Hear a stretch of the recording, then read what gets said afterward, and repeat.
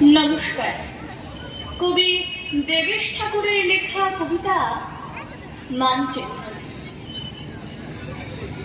ছোটবেলায় স্বদেশবাবুর কাছে ভূগোল পড়তাম।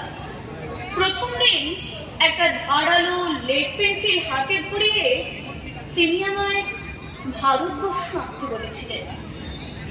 আঁকবো কি? লেড পেন্সিলের শেষ তর্জনীতে ফুটে একেবারে রক্তারক্তি। সেই থেকে ভূগোলে আমার ভীষণ ভয়, আরো ভয় মানচিত্রে। মানচিত্র মানে আমার কাছে ধারালো লেড পেন্সিল। বাবার জ্যাঠাইমা ছিলেন পদ্মা পাড়ের মেয়ে। তাঁর একটা নিজস্ব ভূগোল ছিল, 43 থেকে অপরিবর্তিত। তখন মানচিত্র বুঝে নামনি, রংপুর কুষ্টিয়ারে পরামর্শ বিদ্যাস, আমাকে বাপের বাড়ি বিদ্যাস হয় কেমনে? ঠাকুরের কাছে চোখ বুঝে শুয়ে আব্বাসুদ্দিনের সেই আশ্চর্য পাখির গল্প শুনতাম। বগারে দেখা বগি কান্দে, বগিরে দেখা বগা। আয় পাখি, আমরা দুজনে গলা ধরাধরি করি কাঁদিল নীরবে। ঠাকুরমা শুনিয়ে যেতেন নির্মলেন্দু সেই চাঁদ বদনী মেয়ে, প্রণবজনক নুপুরের গান।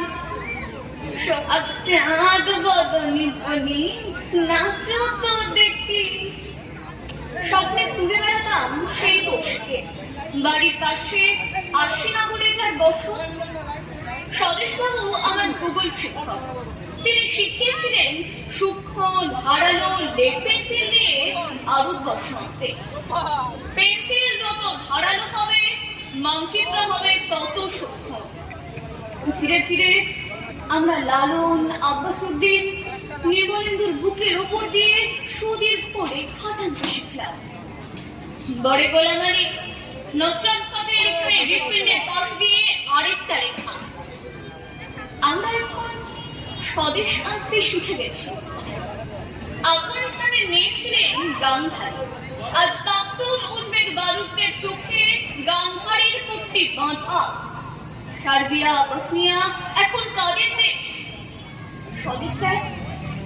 গান্ধীজির ঘরের দাওয়ায় কারা গাইছে আজ রামধুন?